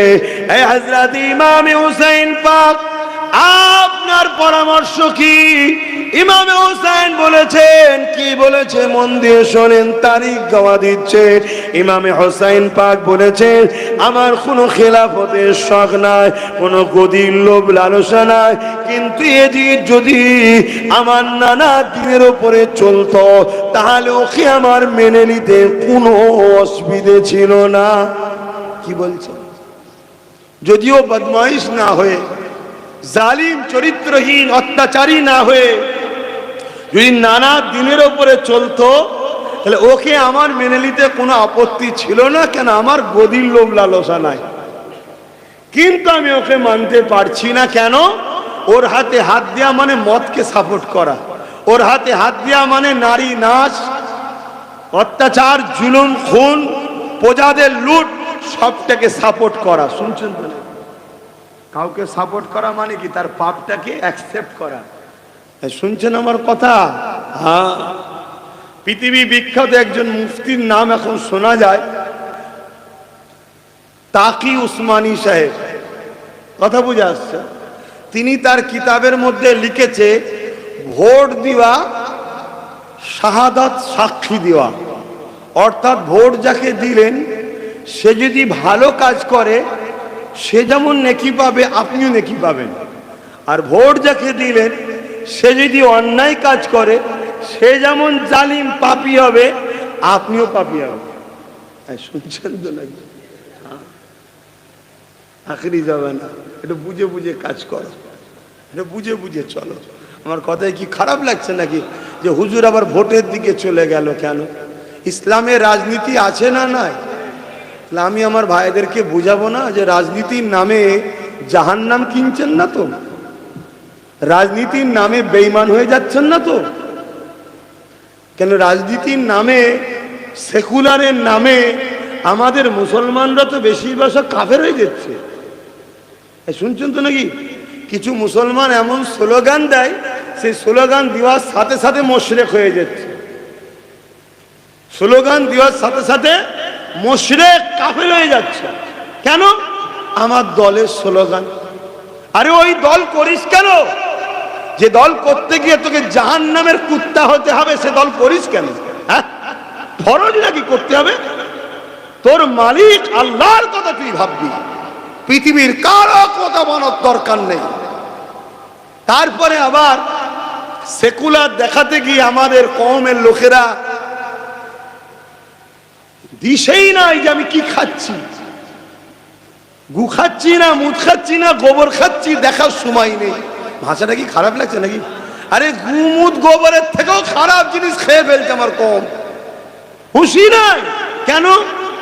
একটু সেকুলার হতে হবে। আরে ওর নাম সেকুলার নয়, ওর নাম শয়তানি। সেকুলার কাকে বলে? ধর্ম নিরপেক্ষ কাকে বলে? আমি কারো ধর্মের ওপরে জুলুম করব না, কারো পছন্দের ওপরে আমি হস্তক্ষেপ করব না। সে তারটা নিয়ে থাকবে, আমি আমারটা নিয়ে থাকবে। এর নাম হলো ধর্ম নিরপেক্ষ। যেমন আমার নবী পাক সাল্লাল্লাহু আলাইহি সাল্লাম যখন মদিনায় গেলেন, মদিনাকে যখন তিনি সুন্দর করে সাজাচ্ছেন, অন্য ধর্মের লোকেরা এসছে আমার রাসূলের কাছে, এসে বলছে আমরা আপনাকেও সাপোর্ট করতে চাই, কিন্তু আমাদের একটা কথা আছে। কি? আপনি কি নিরাপদ দেবেন আমাদের ধর্মীয় অধিকার? আল্লাহ নবী বললেন, কারো ধর্মের ওপরে মদিনায় জুলুম চলবে না, যে যার মতো করে থাকবে। আমরা রাষ্ট্র তৈরি করছি, এই রাষ্ট্রে কেউ কারো ধর্মের ওপরে হস্তক্ষেপ করবে না। এবারে সুন্দর কথা নবী প্রচার করেছে। নবীর কথা, নবীর আদর্শ, নবীর আখলাক, নবীর ব্যবহারে তারা ভাবতে শুরু করেছে মানুষ ব্যক্তিটি এত ভালো হয়, না জানি তার রবটা কত ভালো। দলে দলে সব আল্লাহ মেনে নিয়েছে। জোরে বলুন সুবহানাল্লাহ। শুনছো তো নাকি? কিন্তু জুলুম হয়নি। এর সনদ তৈরি হয়েছে, মদিনার সনদ পড়েন না, দেখুন না তো ভাইরা আমার। একে বলা হয় সেকুলার। কিন্তু আজকে সেকুলারের নামে কি চলছে? বলছে ধর্ম যার যার, উৎসব সবার। এ চলছে না চলে না? আচ্ছা, এই কথাটা যদি কোনো মুসলমান বিশ্বাস করে, ঈমান থাকবে? আর বলবেন তো আপনাদের ধারণা কি ঈমান থাকবে? কেন? কেন উৎসবটা হয় ধর্মকে কেন্দ্র করে। উৎসবটা হয়, যদি ধর্ম যার যার, উৎসব যদি সবার হয়, তাহলে আপনারা সব রথের দড়ি ধরে টেনেছেন নাকি? কেন টানেন না? উৎসব তো না, একটা ধর্মকে কেন্দ্র করেই উৎসবটা হয়, তাই তো নাকি? আর ধর্ম যার যার, উৎসব যদি সবারই হয়, তাহলে কুরবানির সময় নেত্রী মন্ত্রীকে ডেকেছিলেন? কেন ডাকেননি? যে ভাই অত 1000, 1500, 2000 টাকা করে এক একটা মাথা পিছু দেওয়া সম্ভব নয়, আমাদের এত দরদি নেতা টেতা সব আছে, ভাই তোরাই আয়, কেউ ঠ্যাং ধর, কেউ পা ধর, কেউ লেজ ধর, কেউ কান ধর। কি ধরেছিল? কেন? কারণ ধর্মকে কেন্দ্র করে উৎসব, এটা করা যাবে না, তাই তো নাকি? এগুলোকে হোঁশ করে করে কাজ করো। তোমাকে আব্বাস সিদ্দিকীকে ভালো লাগে না, আব্বাস সিদ্দিকীর দল ভালো লাগে না, বাদ দিকে যা, কিন্তু নিজে জাহান্নামের কুকুর হচ্ছিস কেন? একটু হুঁশ করে কাজ করা দরকার আছে না? না। আর কেউ যদি বেঈমান কাফের হয়ে যায়, মুশরিক হয়ে যায়, আর তার যদি বিবাহ থাকে, ওই সংসার জীবনটা হালাল না হারাম ও কি জানে? ও তো ওই অবস্থায় সংসার করেই যাচ্ছে, একটা দুটো তিনটে চারটে পাঁচটা, এসব কটা কি বাচ্চাগুলো বলতে লজ্জা লাগছে? আরে অবৈধ সম্পর্ক হলে কি বাচ্চা হয়? তাহলে বলুন, এরকম যদি মুসলিম পরিবারে হাজার হাজার অবৈধ সন্তান হয়, তাহলে এই মুসলমানরা তো মাদ্রাসা মসজিদের দুশ্মনকেই সাপোর্ট করে শক্তিশালী করবে। এই সমাজে দেখেন না, এরকম বাচ্চারাই দেখুন বেঈমান নেতার জন্য বোম বন্দুক বার করে, ওয়াকাফ কালা কানুনের জন্য আন্দোলন করেনি। এ আছে না নাই নেতা এরকম? এসব এই কোয়ালিটির। এদের বাপ মা হয়তো জানতোই না যে সব দিবস হয়ে গেছে, ওই অবস্থায় চালিয়েছে। চারানা আটানা বারানা সব বেরিয়েছে, এখন বড় হয়ে নেতা হয়েছে, বেঈমান নেতার জন্য লড়াই করে, আর দিন ইসলামের জন্য লড়াই করে না। শুনছেন তো নাকি? কারো নাম ধরে বলেছি? এরপরেও যদি কারো গায়ে লাগে সে তো গাল দেবে নাকি? গাল কে দেবে? যেই কোয়ালিটি। একদম তো ক্লিয়ার কথা রে বাবা, লজ্জার কি আছে? আর এই কথাটা খারাপ কিছু কথা নয় তো, কোরআনে আছে। ওয়ালিদ বিন মুগীরাকে আমার আল্লাহ কোরআনে বলেছে হলো জারজ সন্তান। কোরআনে আল্লাহ বলেছে ও অবৈধ সন্তান, ও জারজ সন্তান, যাকে আমরা গুদা বাংলায় সাধারণ ভাষায় কি বলে না, ওটা আর বলছি না, বড্ড শুনতে খারাপ লাগে। ওটা মসিয়ার বলেছে, ওটার মাইকে বলছি না, কিন্তু কথাটা এমন কিছু নয়, কিন্তু আমাদের চলতি ভাষায় এটা বলে। শুদ্ধ ভাষায় অবৈধ সন্তান, জারজ সন্তান, শুদ্ধ ভাষায়। মানে ব্যাপারটা হচ্ছে বাঘের বাচ্চা বললে খুশি হয়, জানোয়ারের বাচ্চা বললে রেগে যায়, জিনিসটা একই, তাই তো নাকি? ঠিক তেমন একটু শুদ্ধ ভাষা বললে, যাক যারো সন্তান বলেছে শুদ্ধ হয়ে হুজুর যখন বলেছে ঠিক আছে। আর যদি এইটা যে বললো হুজুরটা খারাপ, আরে একই জিনিস রে বাবা। তো যাই হোক, আমি যে কথা বলছিলাম ভাই, দেখ একটা আলোচনা করি নাকি? কি করবেন, যাবেন কোথায়? আর আমি তো 9টা 5 হয়ে গেছে, 11টা 5, আমি যে ছাড়বো আমারও তো উপায় নেই। গাড়িও তো দূরে না, গাড়ি এইদিকে তো, তাহলে আমি ছেড়ে দিই, আমি তো টুকুর উঠে পড়বো না। আসেন, আপনারা যখন শুনতে চান শোনেন। এ যুবকেরা, তরুণেরা, বাবেরা, মৃত্যু অবশ্যই একদিন না একদিন হবে। আল্লাহকে ভুলে যাননি, নবীকে ভুলে যাননি, অনেক কষ্ট করে এই দিন ইসলামটা আমাদের কাছে এসেছে। ইসলামকে মিটিয়ে দিবার হাজারো প্রচেষ্টা আল্লাহ যেমন করে দুনিয়ার জমিনে একদল জালিমরা চেষ্টা করছে, ইসলামকে বাঁচাবার জন্য আমাদের সবার দায়িত্ব নেওয়া দরকার।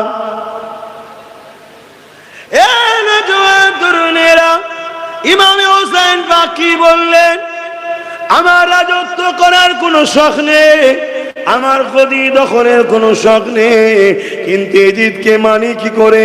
এজিদ হলো সারাবি, আর আমার নানাজান সারাবকে বন্ধ করেছে। এজিদ হলো চরিত্রহীন, আমার নানাজান চরিত্রহীন কাজটা বন্ধ করে দিয়েছে। এজিদ হলো সমাজের বুকে প্রজাদেরকে জুলুম করে, আমার নানাজান জালিম রাজাদের বিরুদ্ধে লড়াই করেছে। এখানে আরেকটা কথা শুনে রেখে দেন, অন্যায়কারী, অত্যাচারকারী, জালিম শাসকদের বিরুদ্ধে লড়াই করা হলো নবীদের সুন্নাত। একটা নবী নয়, নবীদের সুন্নাত। মুসা নবী কার বিরুদ্ধে লড়েছিল? জালিম শাসক ফেরাউন। ইব্রাহিম নবী কার বিরুদ্ধে লড়েছিল? জালিম শাসক নমরুদ। কথা শুনছেন? এভাবে যুগে যুগে প্রচুর নবী এসেছেন যারা জালিম শাসকদের বিরুদ্ধে লড়াই করেছে। অতএব জালিম শাসকদের বিরুদ্ধে লড়াই করা নবীদের সুন্নাত। জালিম শাসকের বিরুদ্ধে হক কথা বলা, জিহাদের স্বভাব পাওয়া যায়। জোরে বলুন সুবহানাল্লাহ। অত সহজ নাই বাপ জালিম শাসকের বিরুদ্ধে কথা বলা। দেখছেন না আজকে কি হচ্ছে? হ্যাঁ, প্রকাশ্য আমাদেরকে বেঈমান কাফের বানাবার জন্য রেশনের মাধ্যম দিয়ে রাজ্য সরকার পুরী কি বলেন দীঘা জগন্নাথ ধামের প্রসাদ পাঠাচ্ছে। এটা হারাম না হালাল? আমার ধর্মে এটা নিষেধ আছে না নাই? ভাই আমার ধর্মে অনেক জিনিস আবার হালাল আছে, অন্য ধর্মের মানুষ সেটাকে পছন্দ করে না, ঠিক না বেঠিক? হতেই পারে। অতএব তার ধর্মের লোক তার ধর্ম করবে, তার ধর্মের প্রসাদ খাবে, এ নিয়ে আমার কোনো আলোচনা সমালোচনা নাই। কিন্তু আমার ধর্মের এটা ভাবাবেগে আঘাত দিচ্ছে না, দেয়নি। এটা যদি কোনো মুসলমান খায় সে তো বেঈমান কাফের হয়ে যাবে। তাহলে রাজ্য সরকার আমাদেরকে বেঈমান কাফের বানাবার চক্রান্ত চালাচ্ছে। কেন? রাজ্য সরকার জানে মুসলমানদের যতদিন ঈমান আছে এদেরকে আমি কন্ট্রোল বা এদেরকে শেষ করা সম্ভব নয়। এর বিরুদ্ধে কোনো আলোচনা আছে? এই বলেন না, এই এত জলসা হয়, আলেম উলামা পীর পীরজাদা আলোচনা করে, এর বিরুদ্ধে কোনো মসজিদের ইমাম আলোচনা করে? কেন আলোচনা করেন? ইনারা চাই না যে আমি যার তামাক খাই তাকে বেজার করব না। অথচ একবারও তো ভাবা দরকার ছিল, তুমি আলেম, তুমি পীর, তুমি মুফতি, তুমি মৌলানা, তুমি যদি তোমার জাতির জন্য এরকম একটা চক্রান্তের বিরুদ্ধে ফতোয়া না দাও, তাহলে সাধারণ ছেলেরা ভাববে উলামারা যখন চুপ আছে তার মানে সব ঠিকই আছে। অতএব এ জাতি যখন ধ্বংস হবে, ভাই পানি নেমে গেছে নাকি? তাহলে আর সম্ভব না। একটু দাঁড়িয়ে সালাম দিয়ে নবী সালাম।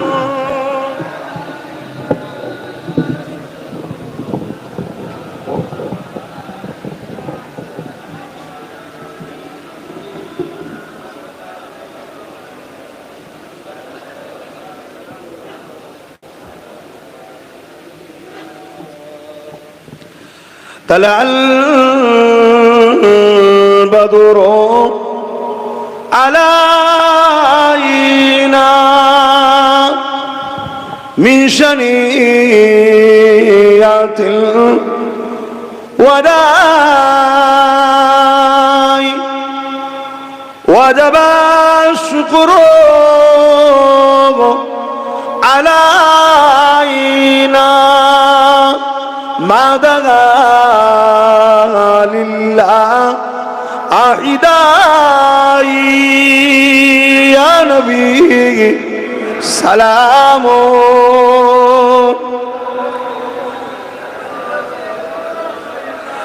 يا حبيب سلام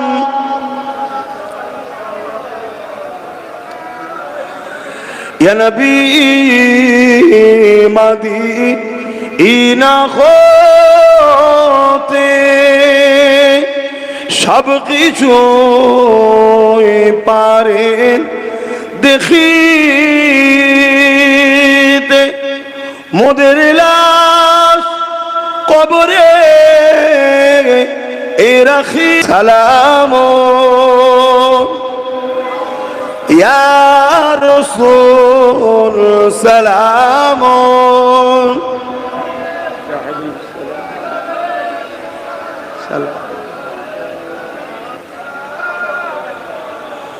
পড়িল আল্লাহ আরো বাণী পোহানো দুঃখে এ রজনী হইল জগৎ অনুরানী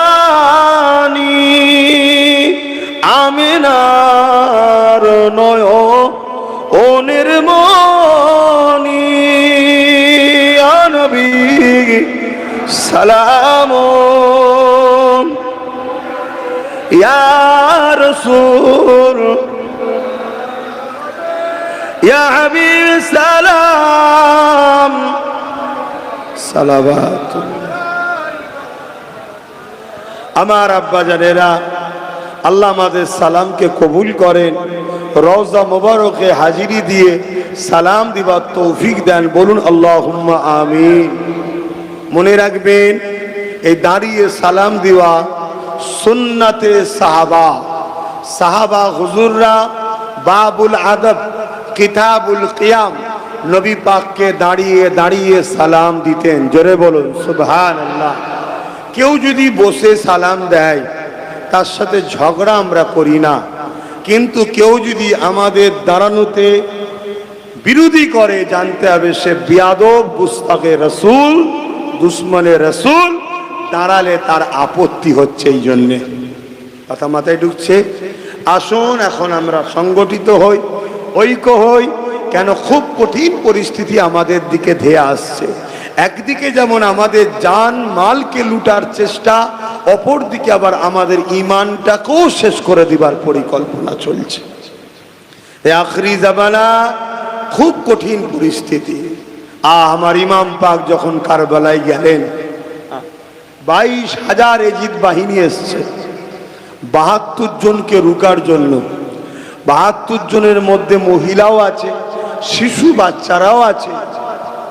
52 জন শক্তিশালী পুরুষ ছিল, বাকি মহিলা বা বাচ্চা মিলিয়ে 72 জন। এই 72 জনকে রুখতে এসেছে কতজন? 22,000। কেন? জানে আমরা কাকে রুখতে যাচ্ছি। জোরে বলুন সুবহানাল্লাহ। আর শুনলে অবাক হবেন, এই 22,000-এর মধ্যে 13,000 ছিল আলেম, হাফেজ, মুফতি। শুনছেন? অনেকে বলে আব্বাস সিদ্দিকী তুমি একা, বা গুটি কতক লোক, হক কথা বলছি, উলামাদের সবাই বলে, গুটি কতক হলেও বলে, এখনো বলে না? বলে না? হ্যাঁ, যারা বলে সেই সকল আলেম উলামা ইমামকে আমার আন্তরিক সালাম ও মুবারকবাদ জানাই, কিন্তু হয়তো সংখ্যাটা কম। এই সংখ্যা কম হওয়ার জন্য সংখ্যা বেশি হওয়াটা দলিল নয়। যদি সংখ্যা বেশি হওয়াতেই দলিল হতো, তাহলে কারবালায় এজিদ ছিল 22,000 এজিদ বাহিনী, হোসাইন হুজুর ছিলেন 72 জন, তাহলে কি এজিদ বাহিনীকে হক বলবেন?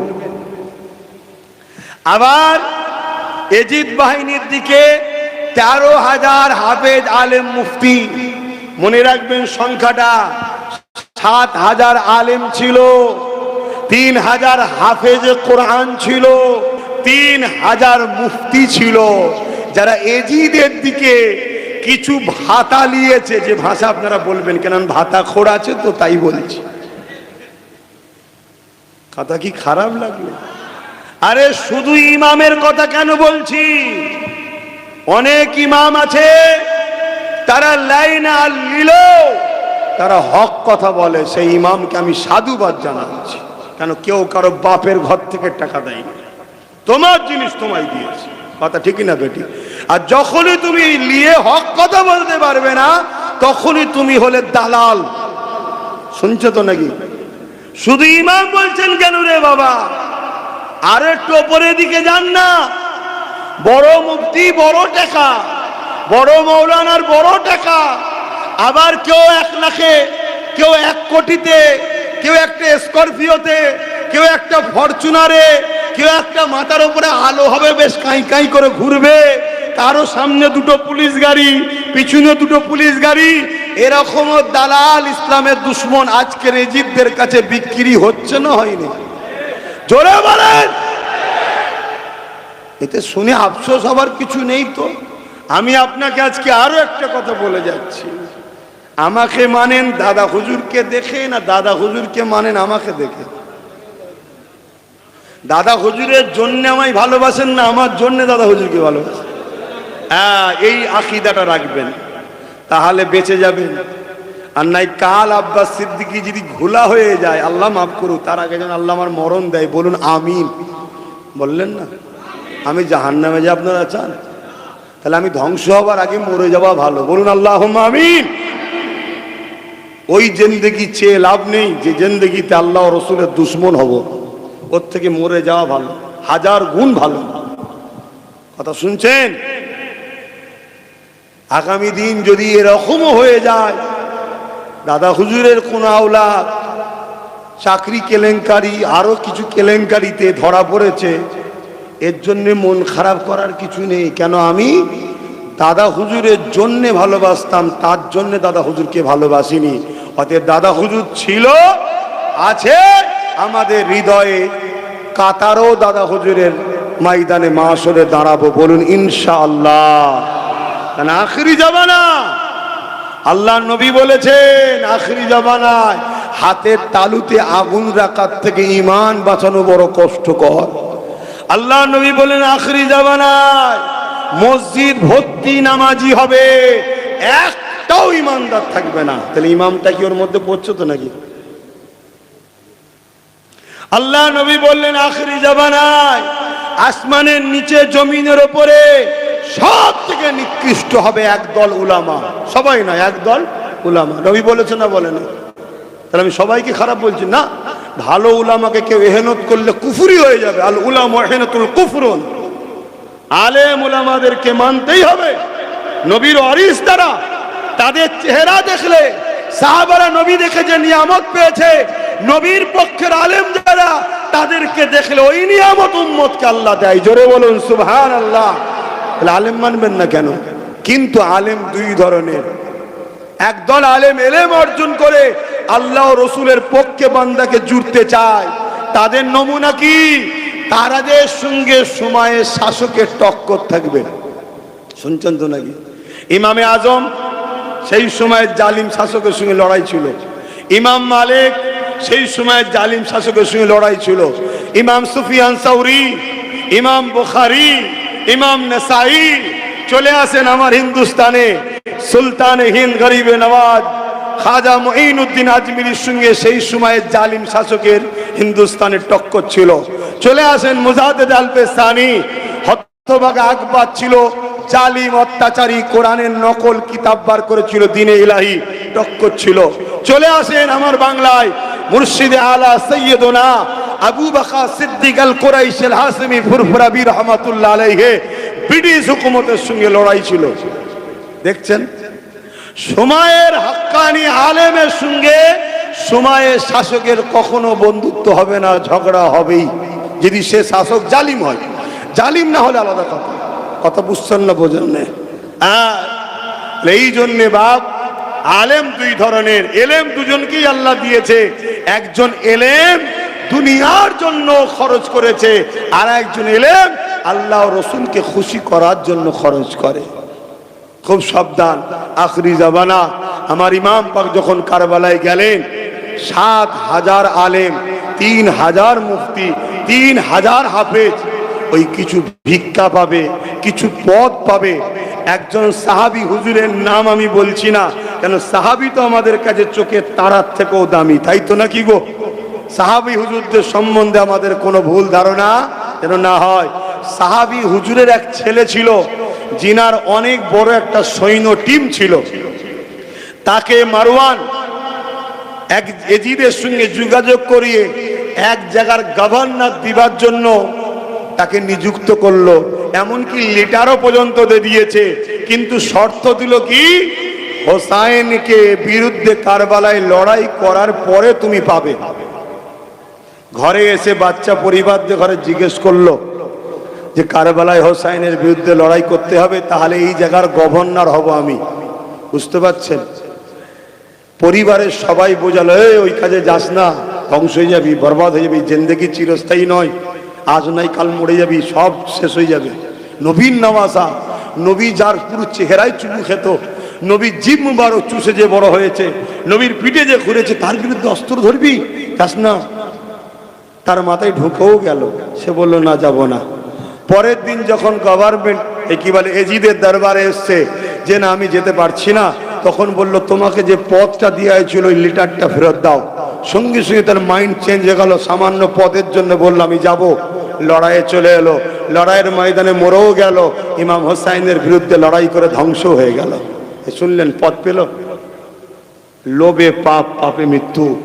আজ আমাদের সমাজও আমরা দেখছি, আমাদের সমাজেও দেখছি দুনিয়া সামান্য সামান্য পদের জন্য মসজিদের বিরোধীদের সঙ্গে সাথ দিচ্ছে, কবরস্থানের বিরোধীদের সঙ্গে সাথ দিচ্ছে, ঈদগাহ খানকা বিরোধীদের সঙ্গে সাথ দিচ্ছে।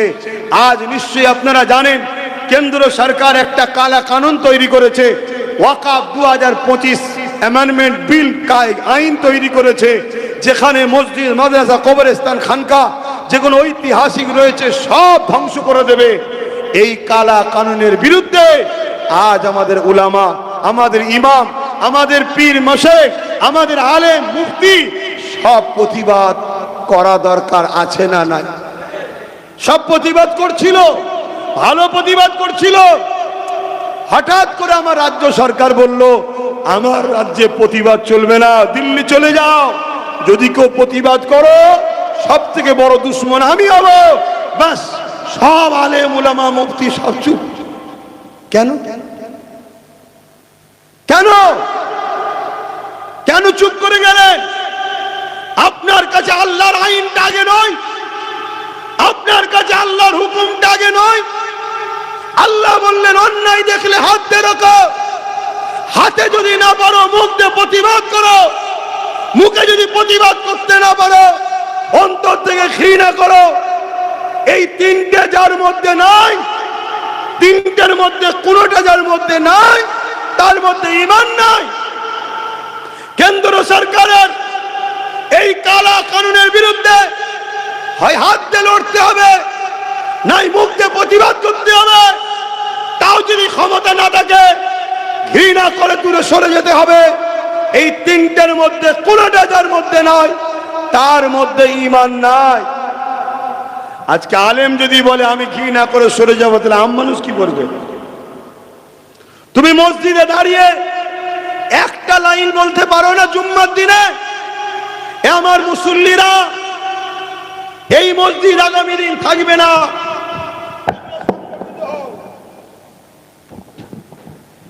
তোমরা সংগঠিত হও, তোমরা ঐক্য হও, তোমরা ভুলে যাও না ওয়াকফ কালা কানুনকে। প্রতিবাদ তোমাদের করতে হবে। তোমরা ভুলে যাওয়ার জন্য বাবরি মসজিদের কেস চলছিল সুপ্রিম কোর্টে, সে বাবরি মসজিদ আমাদের হাত থেকে ফসকে গেল কেন? আমরা চুপ করে গিয়েছিলাম। তাই আজ কিছু মুনাফেক আমাদেরকে বুঝাবে কেস চলছে যখন আন্দোলন করার কি দরকার? বাবরি মসজিদেও তো কেস চলছিল, আন্দোলন না হওয়ার জন্য রায় উল্টো হয়ে গেল, এবং রায়টা হলো দেশের সর্বোচ্চ বড় আদালত থেকে সংবিধান বিরোধী রায় তৈরি হলো। এটা আমাদের দোষে হয়েছে। অতএব একটা লাইন বলতে পারছেন না ভাই, ওয়াকফকে ভুলে যাবেন না।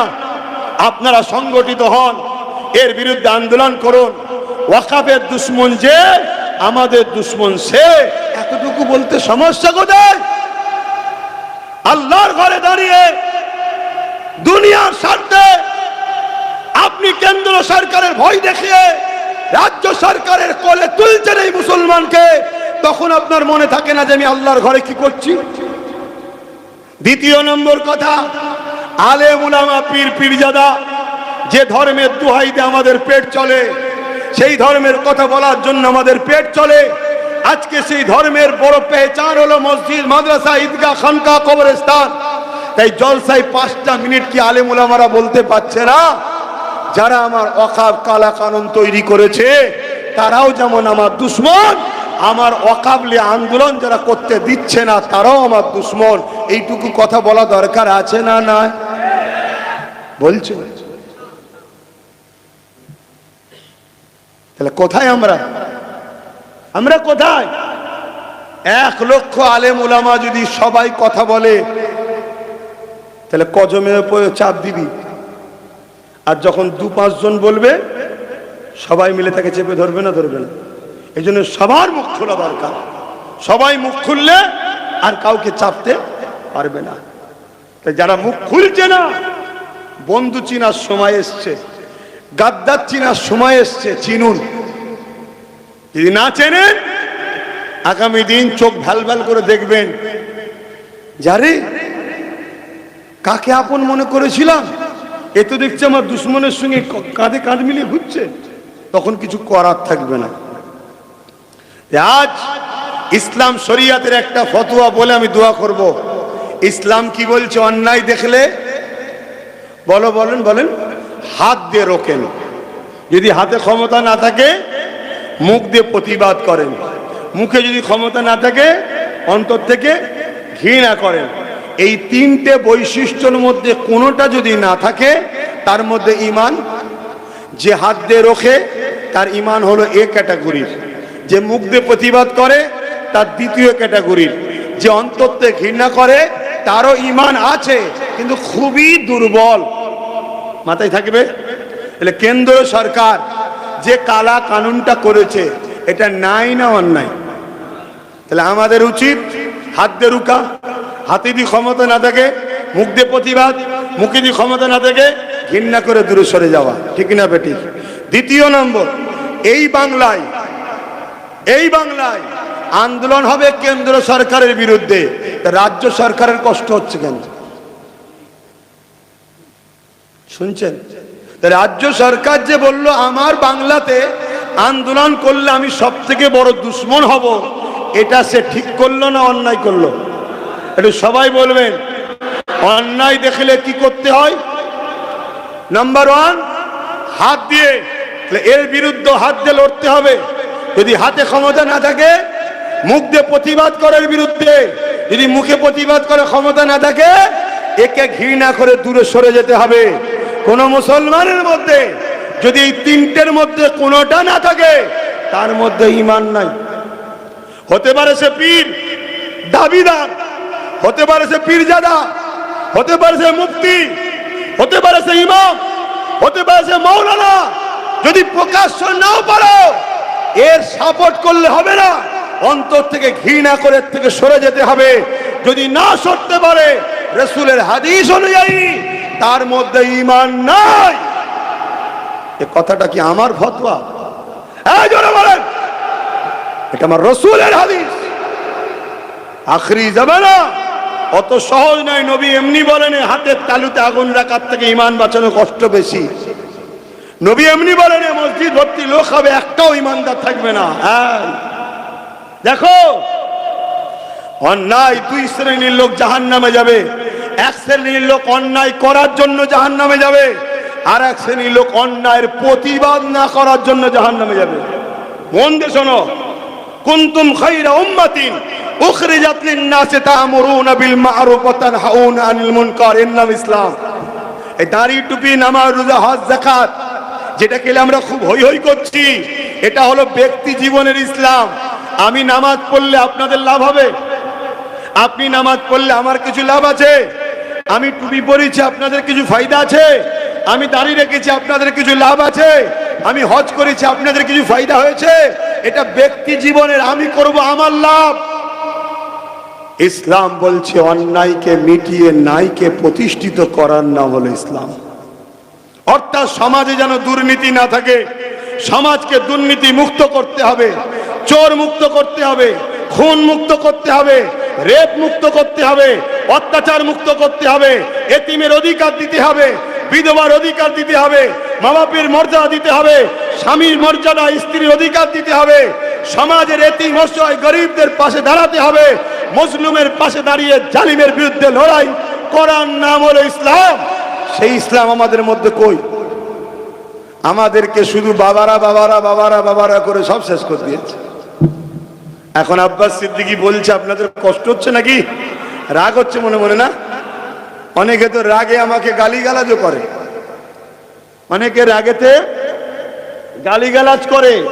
আর গালিগালাজ যারা করেছে ওদের মধ্যে কিছু আবার কপাল ভালো ছিল, খোদা হালকা করে টাচ করেছে, ফুরফুরায় এসে ক্ষমা চেয়ে নিয়েছে, আমি মাফ করে দিয়েছি।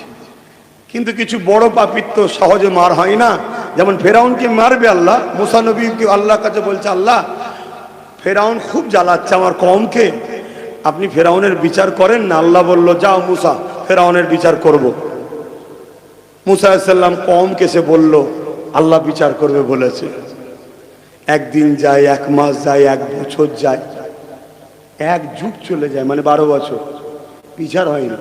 মুসা নবী দ্বিতীয়বার একবারও বলেন যে আল্লাহ কবে করবে না। আল্লাহ জানেন আল্লাহর বিচার তখন হয় সব থেকে উত্তম টাইমটা আল্লাহ জানে। জোরে বলুন সুবহানাল্লাহ। এই ধৈর্য ধরতে হবে তো নাকি? 40 বছর পর বিচার হলো, আর আমরা তো ধৈর্য হারা। ও হুজুর দোয়া করো না, ও যেন মরে যায়, ও যেন এই হয়, ও যেন এই হয়। তুই যে আল্লাহকে ভালোবাসিস, তোকে আল্লাহ পরীক্ষা নেবে। যদি আবু জেহেল না থাকে তো বেলালের পরীক্ষাটা নেবে কার দ্বারা?